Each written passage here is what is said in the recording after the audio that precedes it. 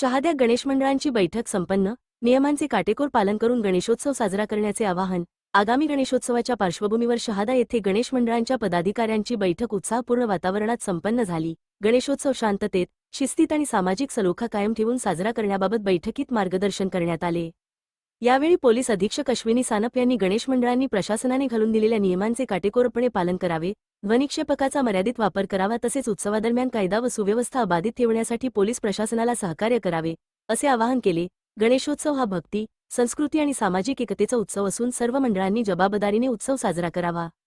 कोणत्याही प्रकारचा अनुचित प्रकार घडणार नाही, यासाठी मंडळांच्या पदाधिकाऱ्यांनी दक्षता घ्यावी, असेही यावेळी सांगण्यात आले. नियमांचे पालन करा, शांतता राखा आणि उत्साहात गणेशोत्सव साजरा करा, असा संदेश पोलीस प्रशासनाच्या वतीने देण्यात आला. आयोजित केलेल्या मीटिंगला उपस्थित असणारे व्यासपीठावर मान्यवर माधवीताई, उपनगराध्यक्षा शहादा नगर परिषद, माझे सहकारी अधिकारी ॲडिशनल SP श्री आशिष कांबळे,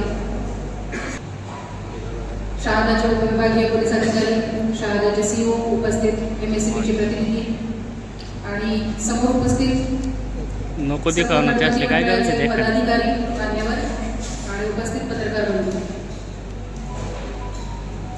मगाशी शहादा PI यांनी सांगितलं की ही मीटिंग लवकर ठेवण्यामागचं कारण हे आहे की 4-5 दिवस अगोदर मीटिंग आपण घेतो आणि जी काही पूर्वतयारी करणं आवश्यक आहे ते पूर्वतयारीसाठी पुरेसा अवधी राहत नाही.